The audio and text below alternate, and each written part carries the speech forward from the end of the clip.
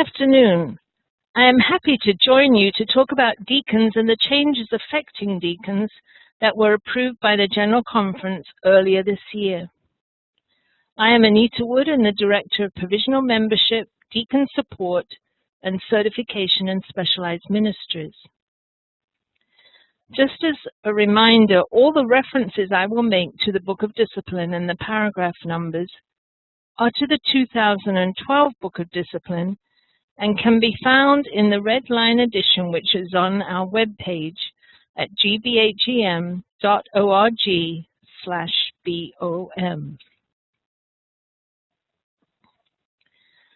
As I list all the changes made at General Conference that affect deacons, it seems a long list, but many of these changes affect all clergy, both licensed and ordained. The changes on candidacy and provisional members are listed here, and I will look at them quickly and then suggest that you go to the website where the presentations that we made on both the candidacy and provisional members will be posted, and you will be able to see those presentations and some of the information around them. I will spend more time on the changes that affect only deacons.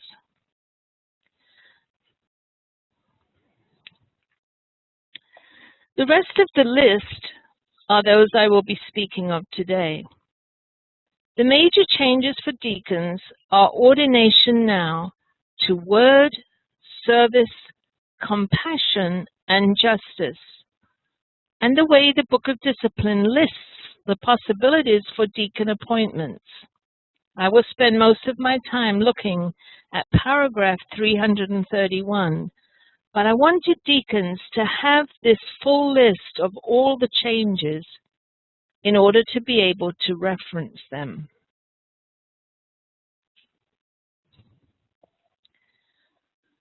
The addition of the words compassion and justice to the ordination of deacons is a change that has a significant impact on the order of deacon. This addition came from the Commission to Study Ministry, as they looked at the distinctiveness of each order of ministry and licensed ministry. Compassion and justice gives a fuller description of the specialty of deacons. They are words presently in the Book of Discipline in the explanation of the uniqueness of the order. And so to bring them into the ordination ritual makes a declaration of the distinctive ministry of the deacon. It helps to interpret who we are as deacons and be clear about the focus of our ministry.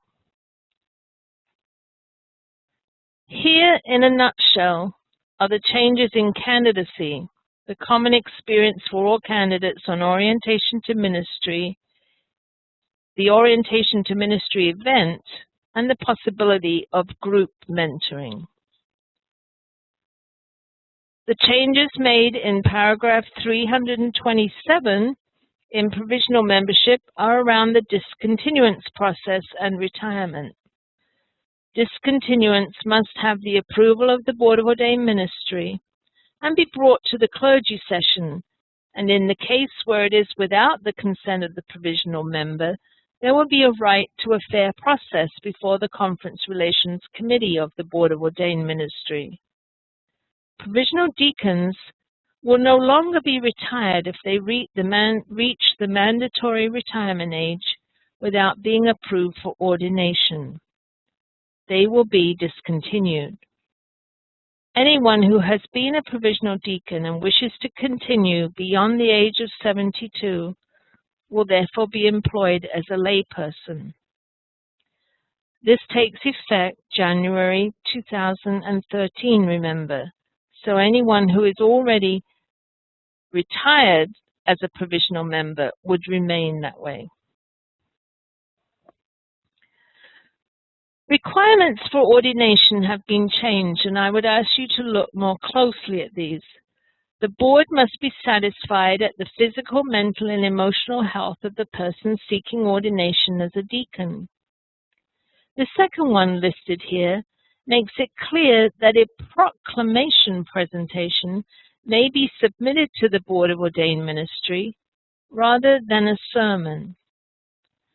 This should be relevant to the particular ministry of the deacon, such as a training workshop, a musical composition, a teaching session, a video production on outreach ministry.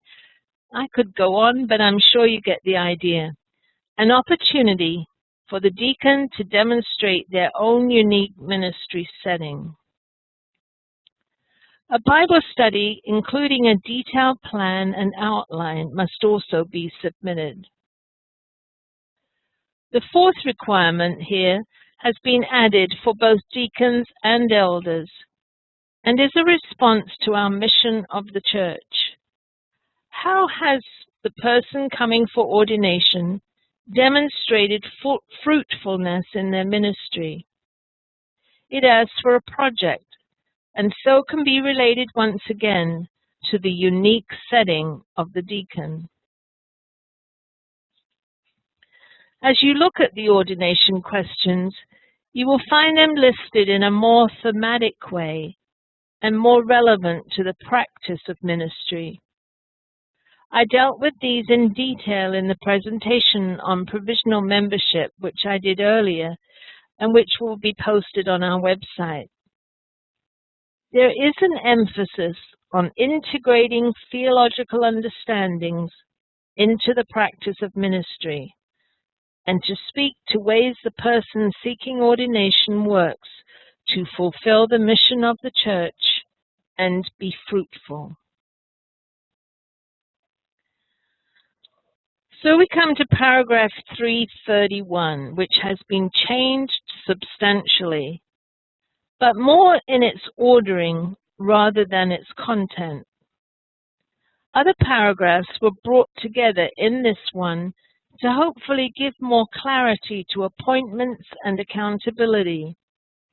And since they apply to both provisional deacons and deacons, we were able to remove some of the repetitiveness in the Book of Discipline. This paragraph will be your point of reference when looking for information on types of positions appropriate for deacons and provisional deacons. Following the process for the request for a position to be made an appointment, for secondary appointments, for processes for evaluation and reporting, support for deacons and provisional deacons, and for termination procedures. No significant changes were made in any of these issues, but they have been brought together in this one paragraph with additional information and an attempt to organize the information in a way that makes it easier to find the information when you need it. I hope you will find this paragraph helpful as you support deacons and provisional deacons in their appointments and issues surrounding them.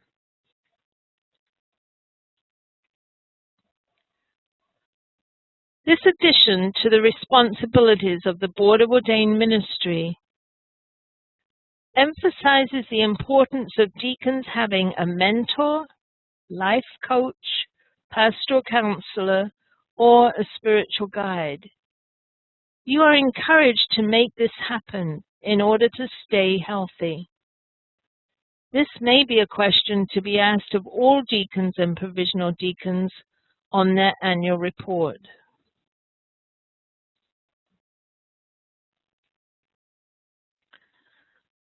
While the transitional leave paragraph, 354, looks very different, the process for deacons has remained the same. It looks different because it has been revised in the event that the decision to eliminate the provision for security of appointment is upheld by the Judicial Council, and it will therefore be needed by elders who do not receive an appointment. But it does remain the same for deacons and provisional deacons, and should be used when there is a between appointments time. A clergy person must always have a status, And transitional leave is a status that allows a deacon or provisional